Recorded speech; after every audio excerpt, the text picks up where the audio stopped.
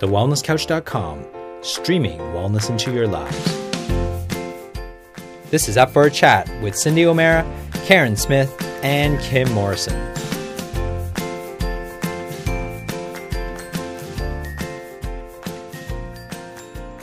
Here we are, up for a chat about the hottest topics that are important to you, inspiring you to awaken the change within. We have no Karen Smith, so I'm Kim Morrison.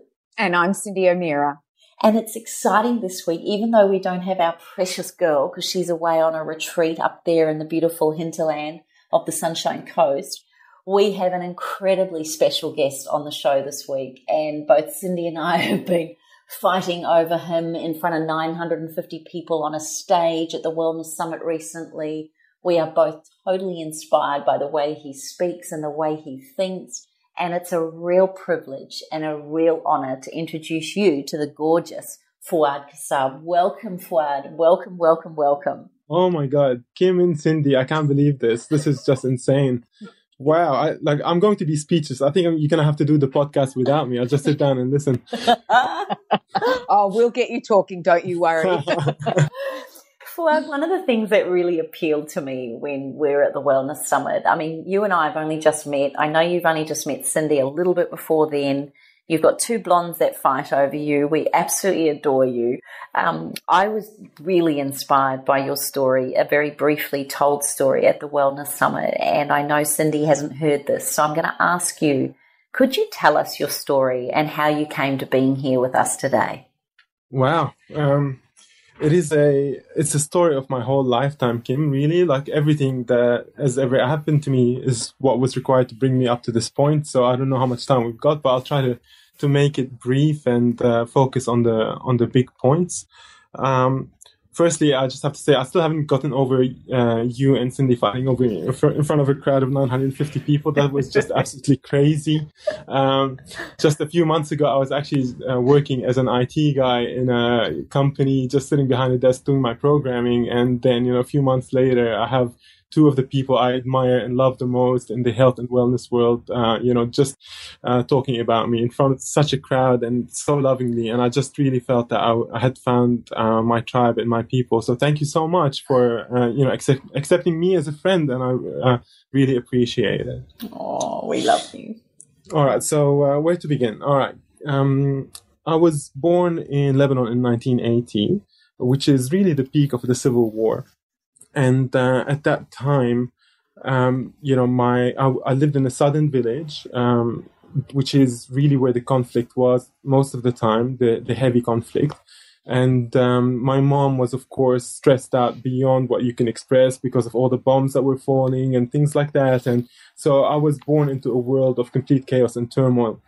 And during that time, Lebanon was receiving a lot of foreign aid from international countries to help, feed the people, really.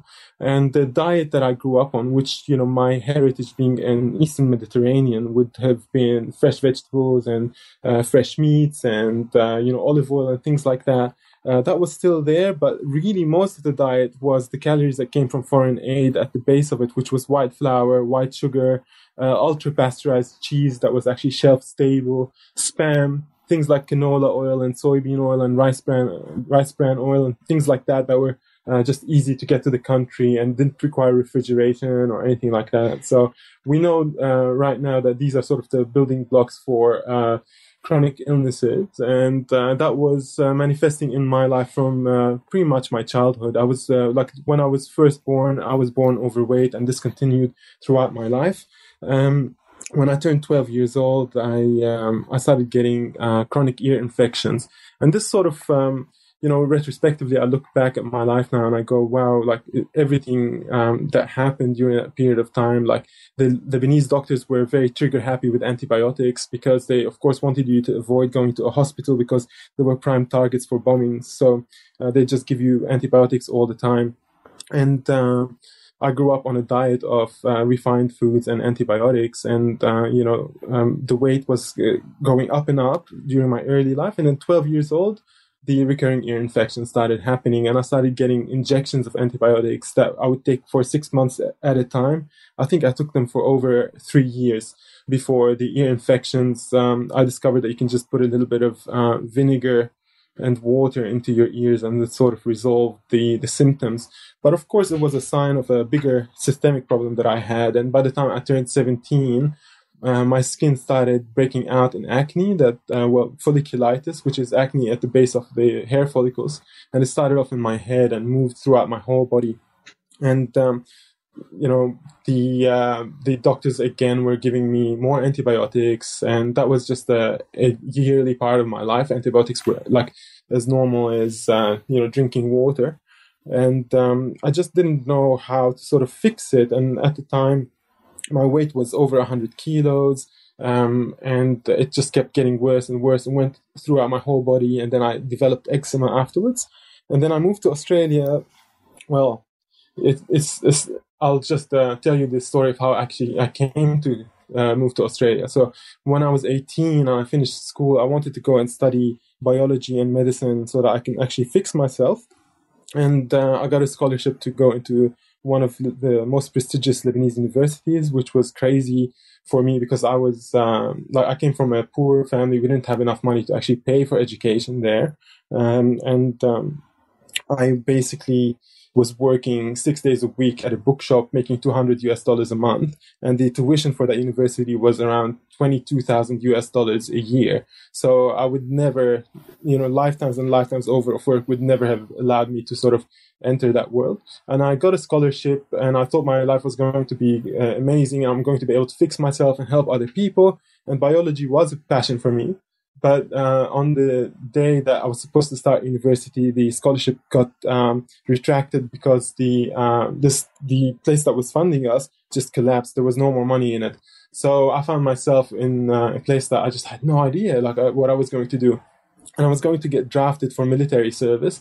And the only thing that you could do to avoid military service, well, one of two things is, one, you can sort of have a baby and become like a father, and then you can't go to the military service. And the other one was to sort of go to university. And the only thing that I had available to me was English literature. That was the only thing that was left that I could join. So I went and did a year and a half of English literature. And this will become relevant later on in my story. I'll explain what happened. I did that, and then an opportunity to come to Australia arrived. So I had some relatives here who said, come and study something in Australia and you can change your life.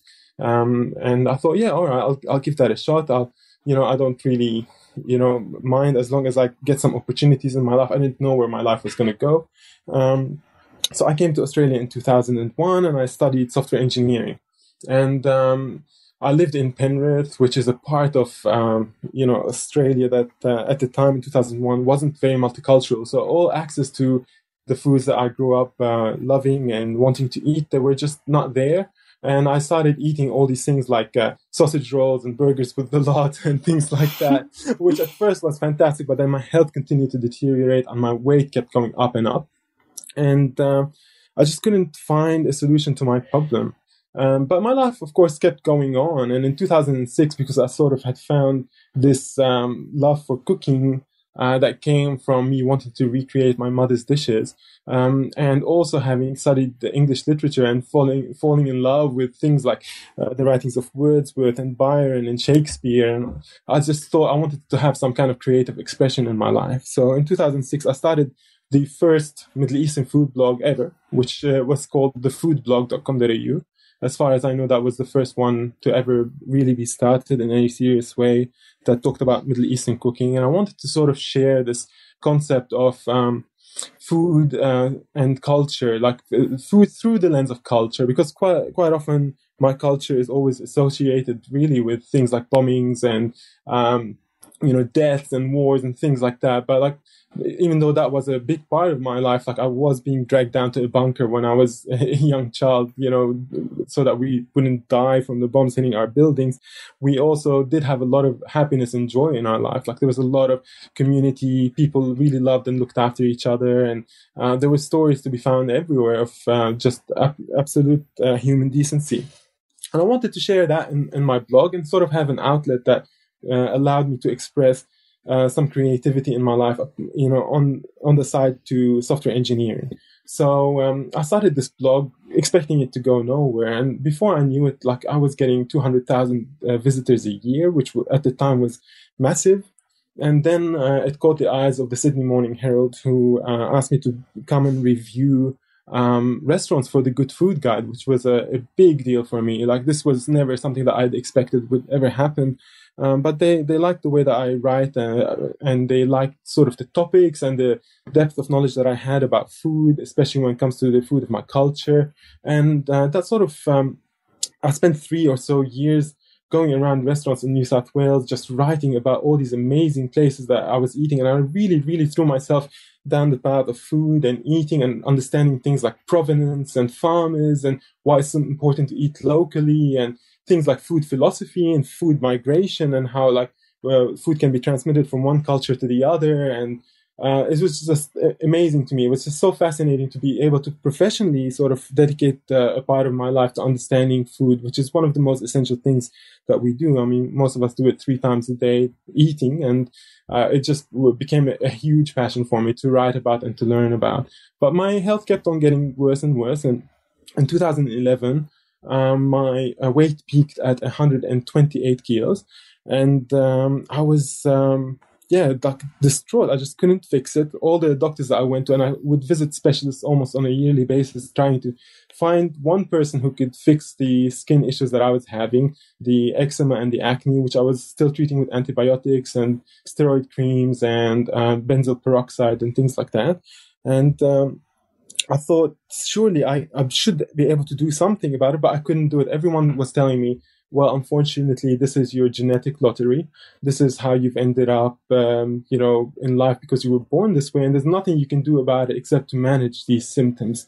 And when my daughter came in 2011, Sarah was just absolutely beautiful. She had none of my skin problems, none of my weight issues, which I was terrified that she's going to have all these things that I thought genetically were my, the short straw that I'd drawn. I thought that she was going to get it too, but she was fine. And one of the things that happened to me was I started really worrying about me being 128 kilos at the age of 31, not being able to keep up with my daughter. Like, if she was going to cross the street, I wasn't going to be able to run after her to stop a car from hitting her. And that caused me a lot of stress in my life. And so I thought I was going to take a year off. I was working at one of the big banks in Australia at the time. I was an IT manager. My career was taking off, but I wasn't feeling fulfilled in it. And I felt that there was a disconnect between the work that I was doing and the health. Like, it wasn't just allowing me to sort of take positive steps to improve my health. And I knew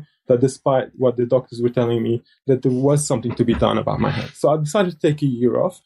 And just from that intention, very quickly, I think a month later, I read an article in the New York Times by Gary Taubes, who you would know. He was proposing... Definitely. Pardon? Yeah.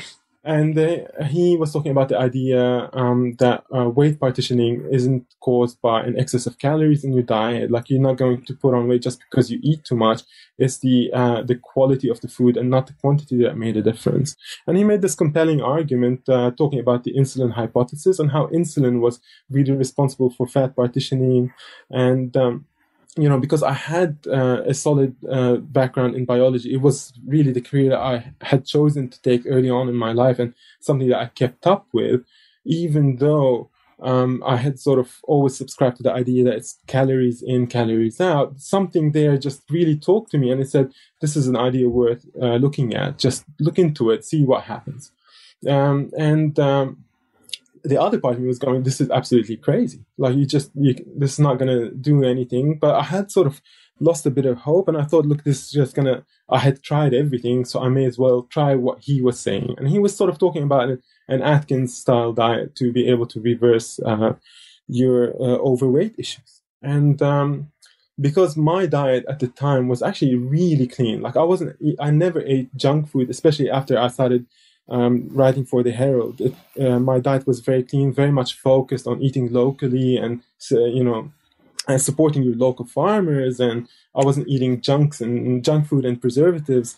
I transitioned into a low carb diet, and what it turned out to be, without me knowing, was a low carb paleo diet, because I had taken the grains out and the sugars out, and I wasn't eating junk. So by default, it became like a Paleolithic diet. which most people will enter paleo from a low carb perspective. And man, wow, within just a few weeks really of starting this, what I thought was going to be a suicide mission really, within a few weeks, the weight has started falling off, like in kilos every day. And I just couldn't believe what was happening. My skin started clearing up. My hay fever went away. I was less scratchy and itchy. I wasn't scratching myself until I bled anymore. And then I think 3 weeks or so, I experienced 2 days of this massive crash, which I had expected to be like part of the carbohydrate withdrawal symptoms. But what came after that was something I never really expected. And it was, I woke up one day, and this is beyond actually, like so far now, I've lost, something like 32 kilos over the past 5 years, which is a big achievement for me. But the crazy thing was, and still to this day, is the clarity that I experienced when I woke up that day. I woke up with a fresh pair of eyes. I actually saw the world for the first time. It was clear. It was beautiful. The air smelled fresh and food tasted great. And my body felt wonderful. And I felt so much love in my heart. And I was just like walking around just like on clouds. And it was just amazing. As if like this is the first day I'd ever been born into. And I just couldn't believe what was happening to me. And as you know, when a person, comes to a place of wellness, they feel that there's something in them stirs up as a human being. It's part of our instinct or intuition. I don't know what it is, but it's something that tells you, go talk about this. Tell people, they need to know. You need to tell people that this is possible.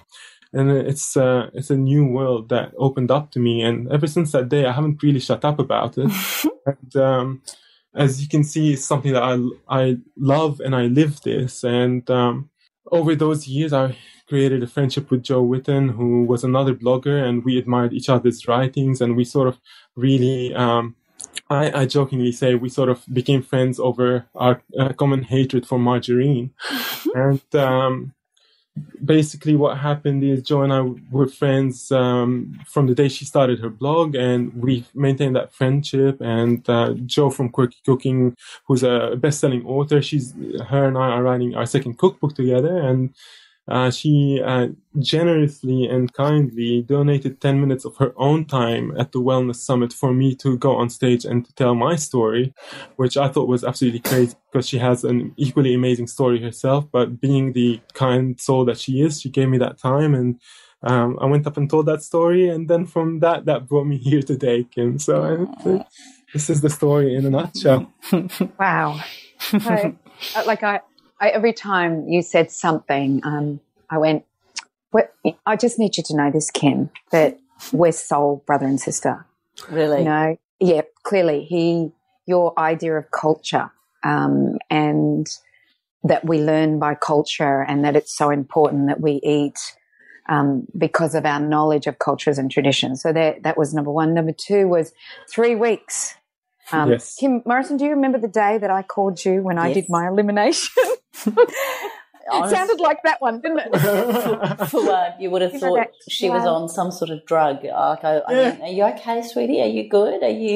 But it was interesting because I got it a couple of days later because we were both doing an elimination protocol, and then we were like on the same trip together. So we get the clarity. We got it. Yeah. Didn't we? Yeah. It is amazing. Like, you can't really describe it to people because it's sort of like telling them, hey, look, ultraviolet. Look, I can see ultraviolet. And they're like, no, I just will never understand until I actually see it myself. You have to experience it to really know what it's like. Like, words will fall short from telling you what the experience is like. And then that never leaves as long as you don't go back to, what you were doing. A lot of people, they'll experience it, and then they won't realize that it's the foods that they eliminated that was actually causing the problem. So then they'll go back to those foods and they'll get that dullness again, and they'll scratch their head and go, oh, I don't know what causes it. But it's so good to hear, your whole story, that you were eating well. And that was what was puzzling me, as I'm thinking, you're going to farmers markets, you're understanding the production of our food, you had figured it all out, but you still weren't getting well. And it was dramatic when you took the grains out and Yes. And the carbohydrates out, and not completely, but you took them out. And would you say that you can implement your culture into the diet that you're doing now, that you can still put some of the beautiful foods for the Lebanese culture in? Well, it's funny that you should ask that, because that's been such a big part of my life. I did skip over that from my story, but in 2014, when this thing really took hold in me, and I was so convinced that I have to share this with people, and I didn't really have the right avenue to do it. I just didn't know how to do it, but the expression needed to be made at some point. I decided to actually start a restaurant. And there was this cafe next to where I used to live, and they didn't operate at night. And I proposed to the owner that I take over the cafe on Friday and Saturday nights, and I would run a Middle Eastern restaurant from it. And he agreed. And it was sort of a Middle Eastern restaurant in disguise, because what I really wanted to do was to create the model restaurant that I would like to see in the world, the one that I would imagine every restaurant should be like. So the food was local. All the animals were grass-fed. I sourced my meat from Feather and Bone, which is like the best butcher in Sydney. I was getting whatever fresh local produce that I can get my hands on. And it was entirely gluten-free and nutrient dense, no toxicity. I was using coconut oil and olive oil for everything. I had no canola in the deep fryer, none of that rubbish. And I wanted to create this restaurant that, at first, my idea was, I'm not going to tell people that this is a Whole Foods gluten-free Middle Eastern restaurant. I thought the food was going to speak for itself, and that people will come there and they will know that it's high quality food. And they came, and I actually expected nothing from it in terms of, I thought, I'll do this for a few weeks and just enjoy it, and then, get an experience out of it and touch how many lives I could touch through it, and see what people say. And I started this restaurant, and people started coming, and they loved the food, but they just didn't understand what they were eating. They're going like, this is sort of Middle Eastern food, but I've never had anything like this. So I had to sort of start telling people about the idea and the philosophy behind it. And then the Sydney Morning Herald came and reviewed us, I think 4 weeks or so after we opened. And they called us one of the best pop-ups of the decade. And that sort of really pushed my life down that direction for the 2 years that followed. It's just completely reshaped my life. And it all just came from this idea that I wanted to sort of honor my tradition and my culture in a way that I would use ingredients that gave nourishment and health to people and didn't poison them, which, every restaurant out there, unless they're very consciously trying to do no harm, will inadvertently be putting toxins in the food and feeding people poison. Like, this is just happening everywhere you look. It's just absolutely everywhere. And, mine, I believe, was the first gluten-free Whole Foods Middle Eastern restaurant in the world. I've never heard of anything other than that. And not only was it okay, it was, called one of the best pop-ups of the decade. So I think the culture definitely not only does all right with it, but thrives on it and becomes a big point of difference, because it's such an amazing culture of food. We've got 7,000 years of cuisine history, and it's just it's so easy to create something out of it that is just whole foods and gluten free. It's almost like cheating. It's almost like you have the right to cheat there, because with just a few tweaks, the food just sings. It just absolutely sings. And definitely the culture benefits really well from this approach, because that's its history. That's where it stems from, Whole Foods. Oh, you caught me with some tahini in my mouth. Sorry. Joe says I use tahini as moisturizer, which is not close to. Not a bad. The recipe book that you did with Joe, I haven't actually seen it. Is it?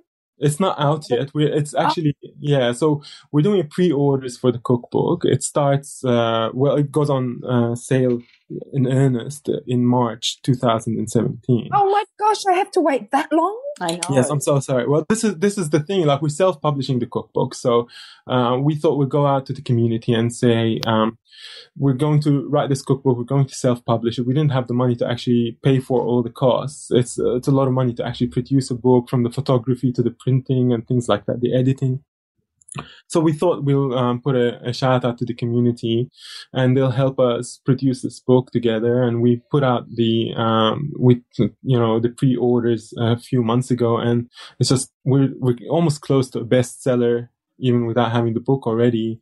And that goes to show you the kind of demand that people have for these foods out there in their lives. They need them. They want healthy and nutritious food to come into their lives. Everyone's struggling, especially like our biggest audience are mothers whose own health or their children's health is suffering, and they are looking for ways to sort of get back that knowledge that was taken away from them. Because as you know, there was a dark period in our history as human beings where we somehow convinced women that it is, not a good thing for them to be cooking, and it's sort of a waste of their time, and that, they're above cooking, which is like the craziest thing, because this, like, to me, the kitchen is where the energies of the world come to be prepared for our own consumption, and it is where life transforms into a life-giving force. And we've really sort of taken that and sort of broken it down to and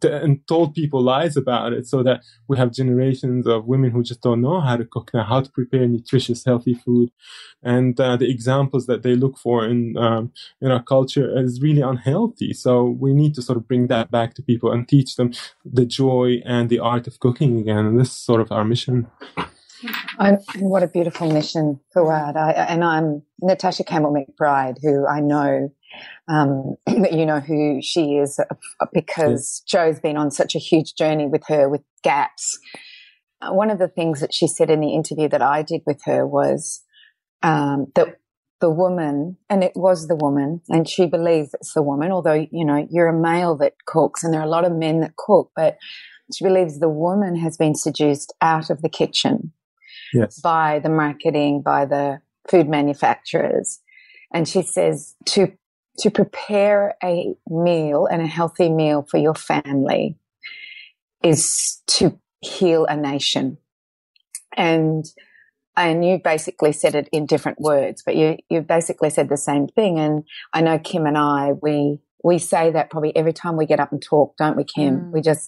We love it, because we agree entirely, is that we have a whole generation of kids that don't know how to cook. And I remember, like, I'm a 60s, 70s, so you're an 80s. I was 20 when you were born. Yeah.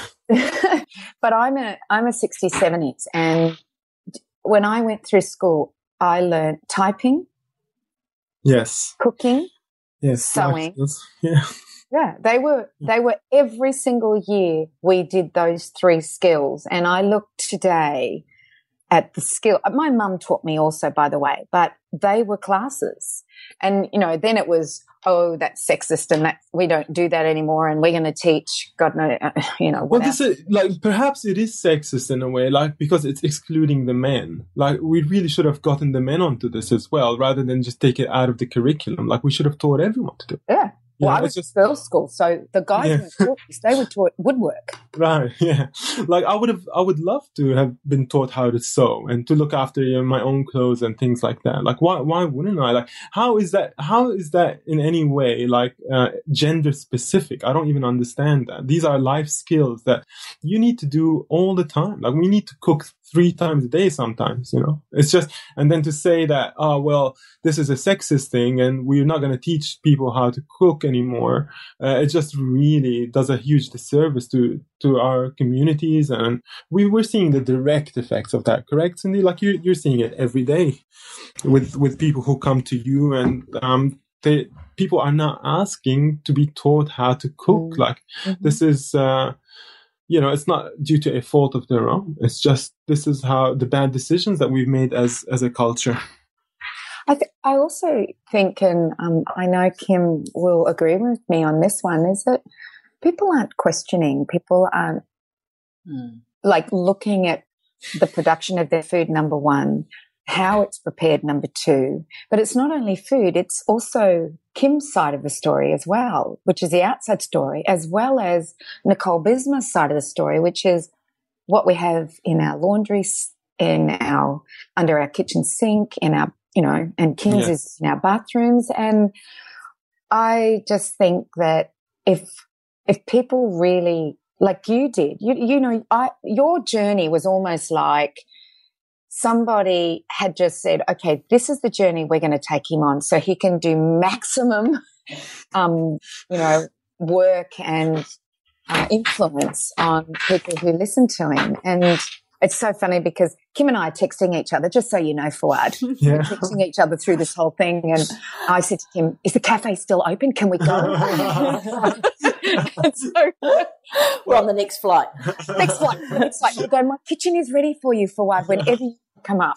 Well, I closed the restaurant down because that was another thing. Like, people... oh my God! Like I'm going to step into life philosophies here and things like that. But like I'm not one to sort of try to put myself in a certain box and commit to it for the rest of my life. I just don't believe that's our nature. Like some people maybe are like that, but I love experiences. I love doing different things. Like I've done pottery classes, bonsai classes, painting classes. I'm really bad at all of these things, but I love doing them. I play the guitar, but it's terrible, but I love doing it. I like to write poetry. The only person who reads it is me, but I love it. So to me, I just want to do all these things. And the restaurant wasn't just a thing that I was going to go, I'm going to become a chef and do all that. It was just, no, I just wanted to do it. I just wanted to do that for a while, and I did it. And I closed the restaurant down. And it's sort of, this is one of those things that when you're really fueling yourself and you're not feeling like tired, like you embrace life. Life becomes something that you just trust, like you just want to do it, you want to live it completely. And the idea of just going like, this is going to be a repetitive thing for me to do, and I'm not going to learn anything from it after like a year or two, like it's just going to be another form of work. That's like my worst nightmare. I just want to continue to live my life in a way that I'm challenged every day, I'm learning every day, I'm doing new things. So the restaurant was a big chapter of my life, which I absolutely loved. I did that for 2 years. I did 2 restaurants over 2 years, and I absolutely loved it. But it's behind me now. But this is another thing that I just look back at fondly and go, that was amazing when I did. But like, look at my life now, it's amazing again. Like you close one door and another one opens, and if you don't close the door, then you're just going to be in that room, where you're not looking for an exit anymore. So it's just this is the beauty when you're really healthy, is you feel that you can take on life. You can take it on. You can just bring it on. You just want to do it all. And I don't know. Maybe it's not the right way to go about it, but I love it. Fouad, I want to ask you. You have a different way of looking at things. You have a different way of communicating things without making anything sound sexist or opinionated or with judgment. And I want to ask you something quite personal. Growing up in the peak of a civil war, seeing conflict around you constantly, being taken down into shelters to survive, being fed tin spam and, ultra-processed flours and sugars and cheeses. Were you aware that that was not normal as a young boy? And do you think that intrinsically, vibrationally or energetically, that has given you a more spiritual inquiry and investigation into what it means to be alive? Because I don't think you talk or think like normal people. Is that a good thing? Or I think it's a good thing. I think that's an absolute positive thing that she's saying. Yeah. Wow. All right. So let me just say hashtag boy crush. Let me just say. All right. So okay. There's so many questions that you asked there. I'll start by the first one. Yes, I was definitely aware that my circumstances weren't normal, that war isn't something that everyone experienced. I was very, very clear about that. I knew that wasn't what I was supposed to be living, but it was the only life that I actually had. Actually, in 2006, I went for my first visit back to Lebanon, and we got stuck in that mini war that happened again after I had been in Australia for 5 years. there was all these bombings happening, and we also had to leave our home one more time, and I had to get on a ferry boat to Cyprus. And the Australians sent these ferry boats to get Australian citizens out, and I was on a boat out of Lebanon in 2006, and within like a couple of hours, went from being in war-torn Lebanon in being in Cyprus on a beach resort. They actually put us in a beach resort, and I was swimming in like the azure waters of the Mediterranean, and I was completely like, that really, really shocked me that, I had spent from 1980 to 1994, which is really when the war finished. It's still sort of political war at the time, right now. But I'd spent those 14 years where 2 hours away from me was this like incredible, serene paradise, So this was just one of the things that sort of really shocked me, and now makes me really empathetic to people. And knowing that, like, very quickly you can, if we were more open as a human race and more inclusive, and we didn't judge each other by color, creed, and religion, then we can end this stuff now. Right now we can just all say, all right, just stop, and all right, let's love each other, and then done, And it could be within 2 hours, you can get someone out of war-torn Lebanon and put them on a beach resort. And what's stopping us? Greed and money again, and fear of each other. So, Australia welcomed me as a Lebanese person. I didn't come as a refugee, but like I had the mentality of a refugee. I'd grown up in a place where you are threatened to sort of express yourself and your political views, and you come from a highly patriarchal society where you see oppression against women all the time. I'm not putting this in a bad way, because Lebanon actually, as a Middle Eastern country, is much more contemporary and moderate in its views than most Middle Eastern countries. But still, it is very tangible. And even that, I take that idea of equality even to a further extreme. And I look at things now and I realize, like, we sort of reached out an olive branch to women in the Western world, and we said, women's rights and equal rights and things like that. And then what we did as men, which is just the worst thing, like, we basically said to women, all right, well, you can just start playing our game now, as you have an equal footing in our game, but we never allowed women to sort of play their own game out. And then that's why I look at people like you, Cyndi and Kim, where you've actually decided not to play the man's game, not to play this whole charade of, capitalism and perpetual growth and ever consuming more resources and raping and pillaging the land and destroying the habitats and spraying Roundup on all the weeds to kill them. And you decide to take the female energy and work with that to create collaborative companies and businesses that are based on true ethical values of collaboration and nourishment and nurturing.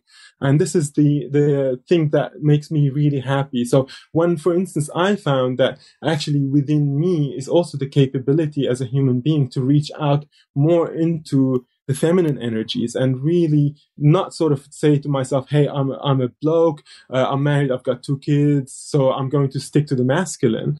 I discovered that within me as well is that softness and ability to open up to the world and reach out and be trusting and to be a real caretaker, as opposed to what the world said I should be.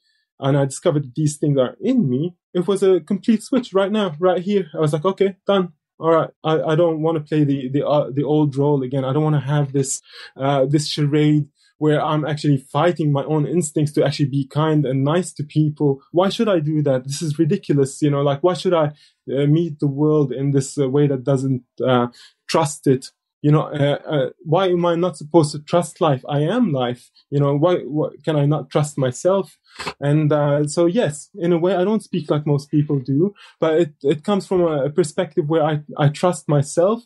I trust the fact that I know what's fueling me is love and empathy and connection rather than fear and hatred and separation. So this is where I stand, and I think this is available to all of us as human beings. It's right within us. It takes no effort. There's no distance to travel to get there. You just have to trust it. That you have to go with it. So yeah. And I think with intention is the key there. Like I remember when we read the book The Secret when it came out all those years ago about the law of attraction, and I think it became very new agey and very symbolic of people trusting the universe. But I think people forgot the important step of taking action with that trust, and that's something that I've noticed that you do. It's not like you sit back and say, let life happen to me. You trust the rhythms of it. You trust the cyclical nature of it, but you don't just give in to it. Is that fair to say? Yeah, definitely fair to say. But I think we overestimate the control that we have in life. Right now, in my backyard, trillions of bacteria are composting the soil. Galaxies are being born and destroyed. The Earth is spinning at massive speed, and the sun is burning in heat that we can't even imagine. And I think that I have the ability to control life somehow. That this is somehow within my capacity to do this. So it is a bit of a big thing to come to a place in your human journey where you can let go of control in a sense and say, you know what, I'm not going to sort of take full responsibility for everything that is happening in my life, because it is really tiring and it makes you very, very guarded as a human being. And then what happens there is the quest that used to be outward in your life, which you used to look out and say, look, I want to achieve this. I want to have this car. I want to buy this house, and I want to achieve these kinds of things. Like I want to be a podcaster, which I never actually thought I would. But all these things that were outward goals, they start actually becoming much less heavy in their pull for you, because what you've discovered is an inner journey that takes you on the quest of understanding who you are. Because like for me, this is one of the things that I touched on in the talk at the Wellness Summit, even though I only had 10 minutes. Like one of the things that I see a lot of people doing is they're looking for answers in their life. You say, are you looking for answers? And people say, yes, I'm looking for answers. And you go, well, what's the question? And then they'll struggle to actually define the question. And to me, like to actually come to the question is the bigger thing. If you come to the question, then the answer is going to be easier to find, I believe. So let's define what the question is. And to me, finding the question was something that I just stumbled upon. It was a question that after I started going, oh my God, I used to believe that this is the right way to eat. This is the way that as a human being, I should be eating, 8 to 10 portions of whole grains a day. And then, I have to minimize the saturated fat, and I need to do all this kind of stuff, and I need to exercise more. And, all these truths that I held were not true. They just were not true. And I started questioning where I had gathered these ideas from, and where did the idea of that I held as a view of the world, where did it come from? It was completely social conditioning. I hadn't actually thought of that myself. I didn't sit down and, examine with a microscope what is it that my biology will harmoniously relate to if I eat in a certain way or move in a certain way. No, that wasn't what I thought. I just did what the world did. And then, I started going, all right, well, I've got all these concepts that I've built in my life. Well, which of them are true and which of them aren't true? Like, how do I define now who I am, and what is the real me, and what is the me that is defined by the concepts and the conditioning that I was brought into? So it was a beautiful experience for me to actually let go of these concepts. And in the letting go, I wasn't looking for answers to replace them. I wasn't looking for, how do I walk? Do I walk correctly? Like that kind of stuff. I wasn't looking for a way to say, well, you should wear barefoots because blah, blah, blah. I wasn't looking for that. Sometimes answers would come and maybe they felt right and I implemented them, but I just really enjoyed the letting go of the question, of the concept itself. And then, you learn things like meditation or contemplation. And in those places, when you really let go of things like concepts and you sit down in silence and your mind becomes quiet, you realize that, hey, even though I am witnessing my body and my mind seems to be doing whatever it wants to do, and I'm just looking at these thoughts as they come in and out of my head, that there is a me that is beyond that is actually witnessing life as it unfolds. And that is the me that I want to find out who that is. I want to know who the I is. So the question became, like, who am I? And we have a huge history of amazing people in the world who have asked that question, and they've given us so much insight into the answer.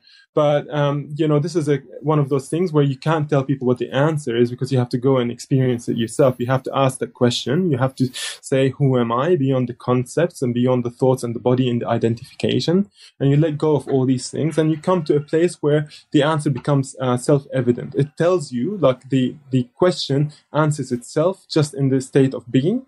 And then you realize that, hey, actually, I don't have an age.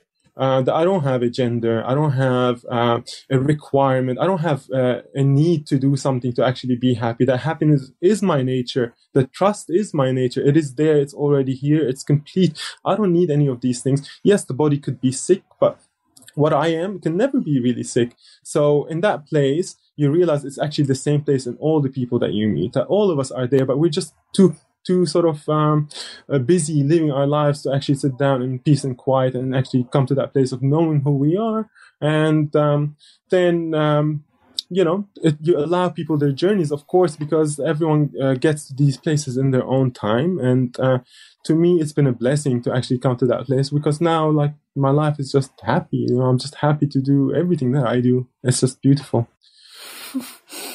Actually, I'm going to beat you here, Kim. I just realised that the time I think that I do most of my contemplation is when we do podcasting like this. And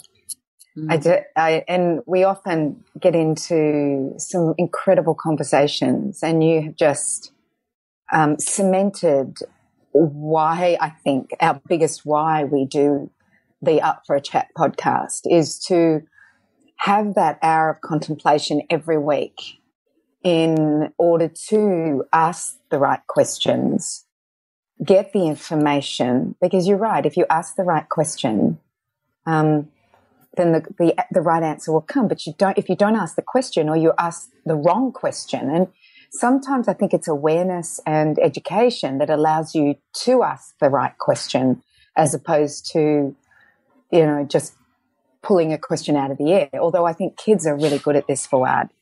I just think like they ask these questions after question after question, and they're leading to the right answer because you know that they want an answer, but you're not giving it to them, so they just continue. Whereas as adults, we ask a question, we give it an answer, and we seem to just let it be. We've we are born into this body, right? And we have this sense of awareness and a sense of being and I am in this body. And as the body starts growing and the sense of awareness and being is actually geographically located within this body, there's a small association that starts saying, I am the body. And then as we grow older and our mind is actually becoming much more dense and solid, and our thoughts are becoming more frequent, and our parents say things like, Fouad, do this, Fouad, don't do that, Fouad behaved well, Fouad didn't behave well. The identification there of that sense of being starts entangling itself with the body and the mind. And as we grow older and older, we actually completely forget the fact that we are just awareness and presence, and that we are now all we are is the body and the mind. And this is something that as adults we reach a point in our life where life becomes sterile. That a tree is just a tree, and the sky is just the sky, and grass is just the grass, and the table is just a table. But children don't have that because they haven't really firmly established themselves in this world of egoic identification. So they look at the world, and it's all magical and mystical to them. And who was it? I think Ramana Maharshi said something like, "You teach a child the word bird." And from that moment on, they stop seeing the majestic creature soaring through the clouds, and instead they see the word bird. Mm-hmm. And this is the world as we rediscover it, as we come to say to ourselves, well, maybe we don't really know anything. Let's see what the world really is. And but it takes a lot of courage there, because there's cognitive dissonance, and there's all sorts of mechanisms that are in place that stop us as human beings from allowing this kind of examination, inquiry to come into our lives. But it's really worth it. It's just and it's sequential, and you can start by questioning things like how you eat, and eventually you'd start questioning what this life is, and you'll enjoy it. It's a beautiful experience for a human being. It's the like life is there to be questioned just for the joy of the questioning, and to be lived just for the joy of the living. It's beautiful. Why not do it? Like why? What's holding you back? Like you're holding back from your own fear that you enjoy things too much, and you come across as a crazy person talking on a podcast with Cyndi and Kim. Why not just enjoy? You've got this experience. You can talk about it. Say it. So I don't know. Well, on that note, could I read one of the poems that you think that you were writing? Oh my God, are you serious? Yeah. Can I read one of them? Because I know Cyndi will love it. I know it. You've got to really listen. Am I okay to share this, Fouad? Sure, Kim. Okay, great. He didn't have much choice, the poor thing. No, but if you really listen to the words, I read it over and over, and I absolutely love it. You're going to love it. Are you ready, Cyndi? I am ready. I'm so ready. I love poetry. I am the strings and the bow. I am vibration and the space in which it travels. I am the music and the ecstasy of the heart that hears. I am the sound and the silent peace that holds it. In pure delight, I am separate and in union. Still, yet in me all things take shape. I am the lover and the beloved. I am their eternal moment of bliss. At their union, I am the blossoming of their endless joy. I am the forgetting and the remembering. I am the tree in love with its flowers. I am the flowers beautiful in gratitude. Within me, all is. Within me, all is one. Life is woven from pure love. Beauty arises in the rapture of its own self. Behold, it says, behold and marvel. There's nothing to do and no one to do it. Dwell in the self. That is all there is. Wow. Well, that's amazing. I think we need to print that up, and if Fouad doesn't mind, and put it on the Up for a Chat. Oh my God, it's so beautiful. I read it over and over, wow. and I listen to the words, and then as I read the words, what it makes me do is look for the words that aren't written, and the words and behind the words, and then the intention and the meaning and the heart in the words that you've written. And sometimes I think the language, and Karen always says this, that language cannot always articulate the truth. It can't always articulate how we truly feel or what we're truly wanting to say. Sometimes it's just a feeling or not. And I think what you do, Fouad, and why you've become such a beautiful part in our lives, and why I think we feel like we've had you in our lives for so long, is you are talking a language that we're all seeking, and you talk conversation in the meaning of I am, or what is I am, or who am I, and you give us reason to even question it. And I think it's just poetic how you express it, and it happens to be food and the aroma of food and your culture and tradition and your experiences that have brought you into this place of your own self-expression and leadership. And I think it's absolutely beautiful. Thank you so much, Kim. It's just a privilege, like for me, when I wrote that poem, like imagine the state that I was in, like what I was feeling to actually for these words to come out, because like words just, are you still there? Yes. Oh, so it went disconnected. Mm-hmm. So the words that sort of the experience portrays, like a human being has to have gone through something massive for something like this to come out truthful and honest. I mean, this is not, to me, it's not a poem. It's not poetry. It's just trying to explain what the sense of my being is. This is how I feel. Like, not every day, of course, but you go through ups and downs in your life like anyone else. But the ability to open yourself up to that place within you that can actually witness and marvel at the universe. Isn't that like what kind of gift this life is, that we are able to take in the world and life and joy and sadness and all that, and experience the whole range of human emotions, and to have them within us, available to us effortlessly. Like, it's effortless for us to feel sad and happy, and it's all joy. It's all beautiful. If you look at it the right way, it's just all beautiful. So,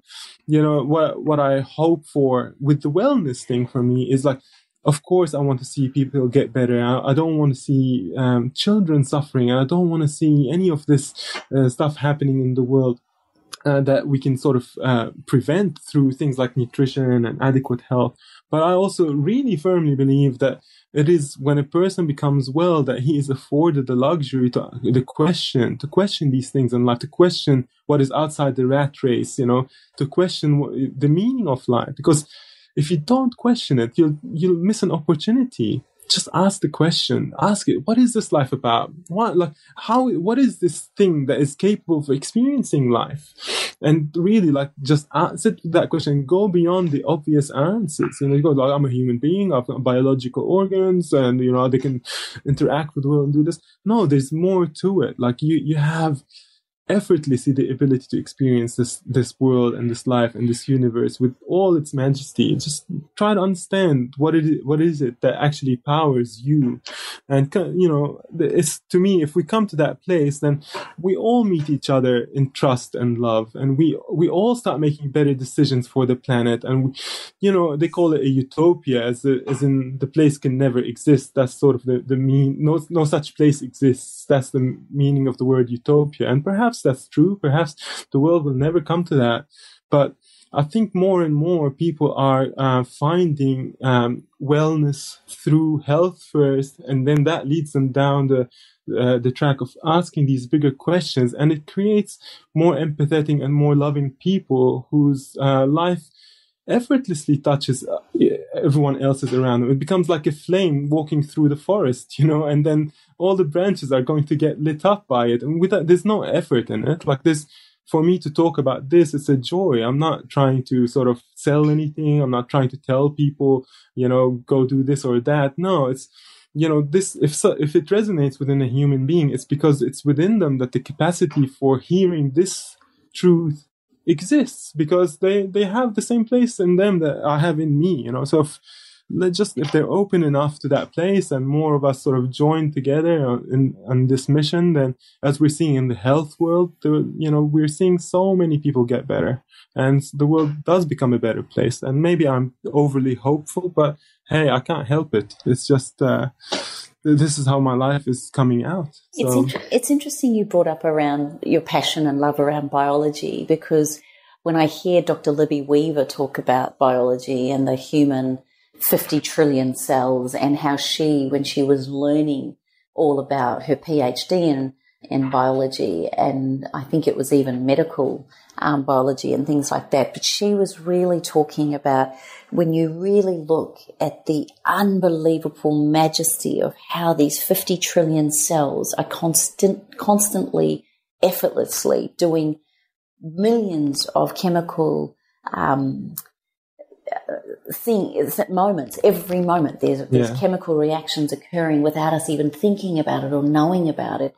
But so it doesn't matter whether you go micro or macro, you go into a void of nothingness. Like when you go right down into a cell, there is nothing. And then when you go right out into what you were talking about with the universe and the concept of what's beyond that, there is nothing. So you're saying that within us, what is your thoughts around, I wish Karen was on this call, but what is your thoughts around no-thingness or nothingness? Yeah, this is the word nothing to people implies that they're as if nothing could actually exist. But really, that's not even possible. It's not possible for a nothingness to exist. There's always a something. And even in us, if we sit down in contemplation or meditation, and we say, I'm trying to become nothing or something like that. Nothing is like the canvas where something is drawn. Nothing is truly an instrument of something. If we didn't have a white canvas that is nothing, no color, then we can't draw paintings on it. So, something will emerge from nothing. And in say Eastern philosophies, they have the view that, as in our current view of the world, is that the physical world gives birth to consciousness. So we say, human beings are conscious within the physical world. But, people who have contemplated life for thousands and thousands of years have different conclusions and different opinions on this. And their view, for instance, is that consciousness gives life to the physical. And in fact, like if we think about something like the Big Bang, like how many billion years did that take to sort of form the planets and the Earth? But if, for instance, there was no subjective observer of that experience, such as the human being with the consciousness in it, then how long does time take? How long does it take until the Big Bang really fully forms, until a human being emerges and then is capable of observing the world? It seems to me that without consciousness, that no experience is possible. So now that there is experience, it seems to be an inevitable complement or companion to inexperience, that they come together, that nothing gives birth to somethingness, and somethingness is the required opposite of the nothingness. So maybe I'm getting a bit too esoteric here, but this is... No, not at all. I just wish Karen was on the line. She'll wish she was on the line. Yeah. She'll come up with something like, I'm listening to you and I'm down the rabbit hole with you, but I'm lost. I'm like, I don't know. I'm not the rabbit in the rabbit hole. I don't know where. Well. Here's the good news, right? Yeah. So we say, look, we want to go and search for our true identity. We want to know what this life is and what our true nature is, correct? Like a lot of people are on this quest. They want to sort of understand what their true nature is. The good news is, if it's your true nature, it's already here, right? There's nowhere to go. There's not necessary for you to travel or to make actual effort for your true nature to actually be here, right? But I'll give you a very easy example now, and this is sort of one of the things that just is just so simple. It's really, really simple. But maybe we can do it like a very quick meditation if you want, and I'll guide you through it. Do you want to do that? Yeah. All right. Okay. So if you close your eyes and just focus on that sense of being here, just being present, and you can, in that place of awareness, you feel that your body is here. You can sense your body. Maybe as a vibration, there's a tingling at the end of your fingers. You can feel that, yeah? You can answer me. This is not like one of those meditations that you don't have to... You can talk, because it's sort of more an inquiry and a looking rather than a meditation. Okay. Okay. So you can feel your body, and there's this undeniable sense of saying, I am here. Can you feel it? Yes. Okay. Mm-hmm. So let's observe, maybe there's some emotional state in you. Maybe there's some tension. There's a bit of worry about what you need to do today after how long Fouad's going to do this meditation for. It's going to take 20 minutes or something. We don't have enough time. Can you notice that these things are there within, like thoughts are coming and emotions are there? Mm-hmm. And that there's an effortless perception of this? That's right. Mm-hmm. All right. So, the senses are working. You can hear me. Does it take any effort? No, not with your voice. No. All right. So let's take it a step further. Just let's focus on that sense of being just a little bit. Just that sense that's actually observing the body, observing the mind, and observing the senses. And just that place of just being here right now, like it's just being. Does that place actually have a size? No. Does that place have an age? No. Does it have a gender? No. Does it have a beginning? No. Does it have an end? No. All right, so what is this place? This is the question. You just told me that the sense of I that you have in you doesn't have a beginning, doesn't have an end, doesn't have an age, doesn't have a gender, doesn't have a story, perhaps doesn't even get sick, it will never die.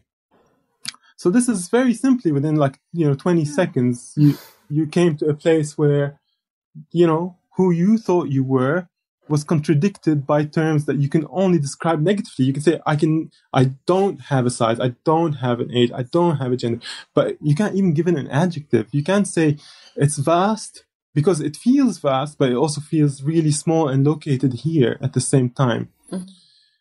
this is the silence. Yeah, this is the silence from which beingness comes. And it's right here with us. This is who we are. This is our true nature. This is just, we've never really felt it. Like the Eastern Hinduism will call it the seed being. Christianity will call this the soul.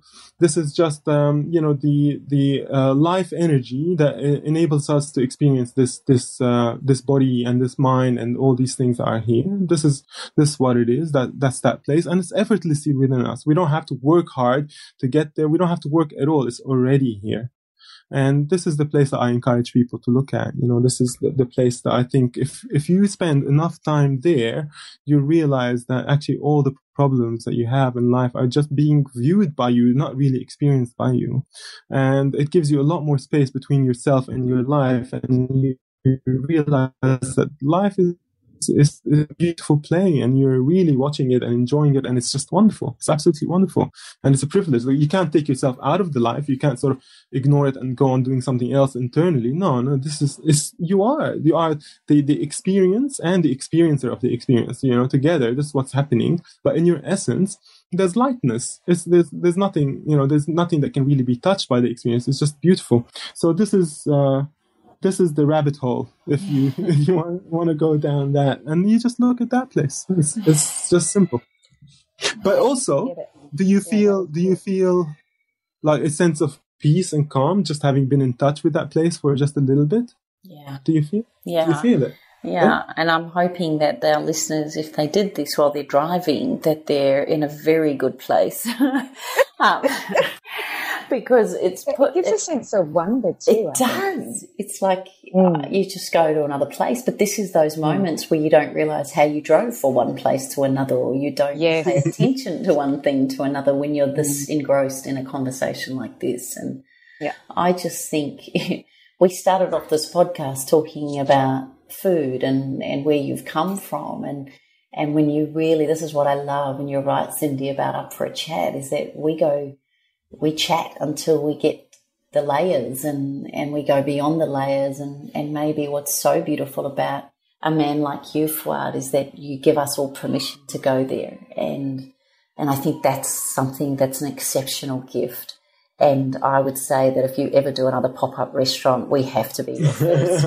We have to. I'll just come over and cook for you guys. We'll have our private pop-up. Yeah, easy, because that means I don't have to stress about feeding 200 people in the same night as well. So I can put all my energies into you. So well, I think selfishly that works for me. So yes, me too. Fouad, I know we could honestly keep talking, and I would just love to find out more. And thankfully we have you as a friend, and we're on speed dial, so it's quite good. But I'm wanting to know if people want. Excuse me. Oh, sorry. Did you? I was wondering if you'd get that one. I was waiting for that. We fought in front of 950 people. Now we're talking and fighting in front of 3 million people. So hello. But sweetheart, you guys know this is my first podcast, by the way. Did you know? I've never actually been on. You're a virgin? Stop it. Yes. Yeah.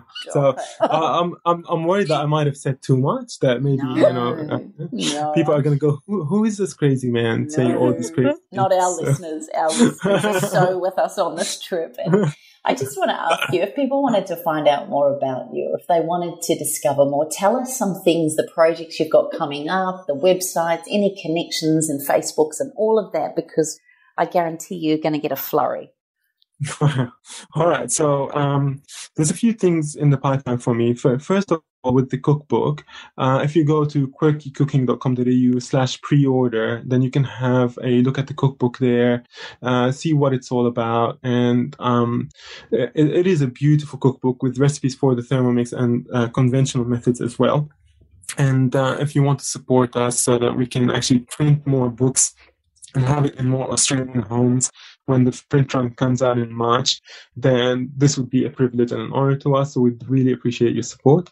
Then Jo and I have a gut health program on her website, which is meant to help people who, for instance, have been considering doing like a GAPS diet or something like that, but they didn't know where to start because like the GAPS book is more heavy on the science and less so on the recipes and the ideas. So we've got things like meal plans and recipes, and we explain basic concepts in layman's terms and tell people how to eat for gut health. And that is, I believe, on gaps.quirkycooking.com.au. You'll be able to go there and have a look at the program. I also have a private website called FouadKassab.com, where it's basically just some information site. I don't really have anything there that like I sell or anything like that, but I'm moving more and more. I'm getting asked by people to help them in making sense of their own health journey, and trying to sort of, what I'm trying to do now is to sort of bring this knowledge that I have to people I come in direct contact with. So I'm starting a little bit of a lifestyle and health coaching business, but I'm putting that, like, doing it really slowly because I still have the cookbook to do. But if it's something that you're interested in, then you can send me an email at me@fouadkassab.com, which is FOUADKASSAB.com. And apart from that, if you just want to say hello, my Facebook page is Fouad Kassab Health. So you go to facebook.com/Fouad Kassab Health and just say hello and tell me if you liked the podcast or you hated it, and just let me know what you thought. And I'd love to get any feedback, especially the negative one, to see what I can improve in being able to relay my message to those people who are wanting to listen and wanting to know more about it. And so yeah, that's me in a nutshell. I don't think it is, actually. I think that's just the icing on the gluten-free cake. Thank you, Fouad. While you were saying it, I'm going to all of them. I'm clicking away, and I was on Quirky Joe's, and then now I'm on yours. There's a lot with you. Food blog, the wellness chat. Yeah, there's heaps. SBS food. So there's heaps on you. Yeah. We can stalk you easy. I have a friend who actually used to stalk me and became one of my best friends. I'm like, this is a successful stalking mission. He did all right out of it. So like, I love stalkers, especially the ones that I get along with. Like, I'm not really, I don't hold back from meeting people or anything like that. I'm not a celebrity. I'm not a special or anything like that. It's just, and honestly, like, my life feels like a big dream to me, and I feel like no effort has been made in it. It's just sort of a thing that just happened. So I don't really take credit or ownership for any of it. It's just been really just wonderful to live this life and to be able to share it. So like, it's a privilege to connect to whomever connects with me and asks me any questions. Hopefully I'll have the time to be able to reply to everyone and guide them whenever I can. And that's really just let this thing happen as it's supposed to happen. Do you think, just one final question, I'm just interested, the conversations you have with your wife and your children, I mean, kind of like, what are they like? You've got a wife? Are you serious? Are they all on the same path as you? Yeah, so Elaine and I, this is one of those beautiful things, I think, like, traditional marriages are based on, again, social conditioning. So people go in, like we did, like, we got married because we thought that that's what people do, and we didn't really know what marriage is supposed to be like. And luckily, it was really, really pure luck. Because I met Elaine when I first moved to Australia. She actually was at the same university with me, and we met there, and we've been together since 2001. And we've sort of come to this place now where we're like companions and best friends, and we talk to each other about life. And I don't hold back from telling her the things that I think, like even the crazier things that I think about, and which I won't talk about in podcasts. But I find that things like someone like a spouse or a wife or a girlfriend or a partner, whatever it is, like, if you overcome those like issues of like ownership and you need to do this and I need to do that, and you go behind that, because these things are just really not what matters in a relationship. What matters is support, and what matters is love. And being able to sort of walk this life together and just like look at those flowers over there, how beautiful they are, and someone to have yeah, they're beautiful, like let's go to that mountain and go, yeah, let's run up the mountain together and do these things. And this is what I feel life is about, like in terms of partnership, because this is a world of duality. We live in a world of rough and smooth and hot and cold and ups and downs and night and day and death and life and male and female, So it seems that somehow in the natural way in this life intended is that there needs to be some kind of companionship, someone to sort of give you the flip side, to sort of be there with you, like to be one but to be separate, in a way, but to give each other space, but also to be together, like holding hands as you walk on this journey of life. And when you understand that it's not about ownership, but it is about companionship, because after like this body goes, what are we going to take with us, from this relationship? What's going to stay? And it is this like the beauty of the surrender and the trust and the knowing. That's what comes out of it for me now. And luckily Elaine is an amazing woman. She's an introvert, and so she like doesn't go into the limelight with me. Like when I go presenting and all that, it's not the world that she wants to be in. But she's when it comes to these issues, she's right there. She's right there with me, and we complement each other and we challenge each other and we, make each other like stay on the right track when it comes to these things instead of going in crazy tangents. And she's been a big blessing in my life. And if I sort of had thought, like if I were to give a 21-year-old an advice, I'd say don't get married. But luckily for me, it was sort of was a beautiful thing that happened in my life, and she's just been amazing. Well, we're other wives officially now, I'm just saying. She's going to have Which one are you, Kimmy? I don't mind, but the two blondes, you've just now. So I hope she doesn't mind. Fouad, thank you. Yeah. There are so many questions both of us have. Is there anything else from you, beautiful Cyndi? Oh, well, you asked me that question, and I could have you. I would like you to come round to my house for dinner, because I think it would be, and Kimmy, and it would be an amazing conversation. So, Fouad, the invitation's there for when you come to the Sunshine Coast. Wow.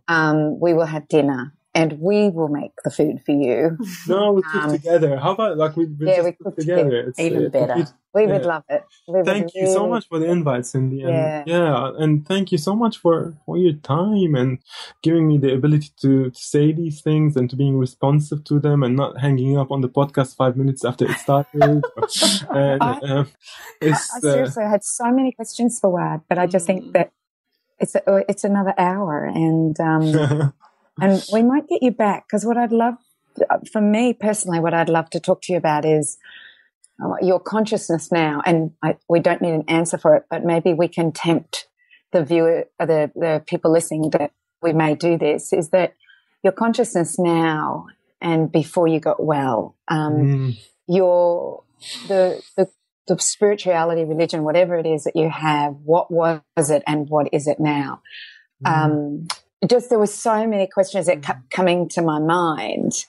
And anyway, that's me, Kimmy, but I just know that we have been, we're past our hour by quite a bit, aren't we? Yeah. So did you want an answer in another podcast or in this podcast? And I think what we'll do actually is all our beautiful listeners, I think once we put this one up, if you'd like to have any questions asked, then perhaps you need to put it onto that Facebook page, and then that way when we have you back on, we can have a real investigative and beautiful inquiry into those questions, because it's someone with your thinking that has us think, and I think it would be a really wonderful space for our listeners to feel a part of your world as well. So if you wouldn't mind, we'd love to get you back. Oh my God, it would be a privilege for me. Like, this is a complete joy to be on this podcast. Thank you so much for having me. Well, Thank you for that this is a beautiful way to wrap it up. And I think if all of you guys listening to this have felt the way Cyndi and I have, and we've been madly texting one another going, oh my gosh, love him even more. Oh my gosh, he's mine. No, he's mine. If you're all doing what the you same should thing. say it, it's hilarious. You should send me the messages. No, please don't. No. But seriously, all our beautiful followers, make sure that if you would like to continue the ride with us, that you go to all the W's, facebook.com/up for a chat, and post all your comments, thoughts, feelings, and questions there.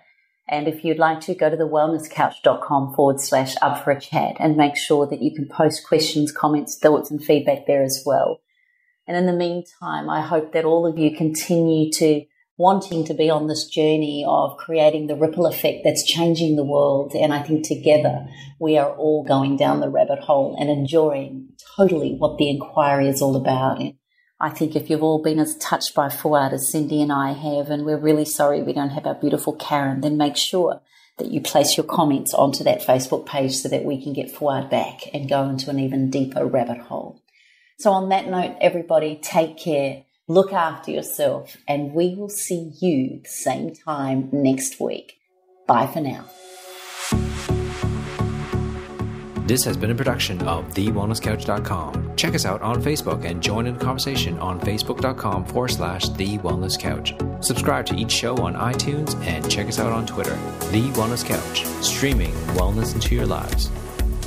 Whilst the Wellness Couch presenter endeavor to provide accurate and helpful information to their listeners, these podcasts cannot take into account individual circumstances and are not intended to be a substitute for health and medical advice from a qualified health professional. You should always seek the advice of a qualified health professional before acting on any of the information provided by any of the Wellness Couch podcasts.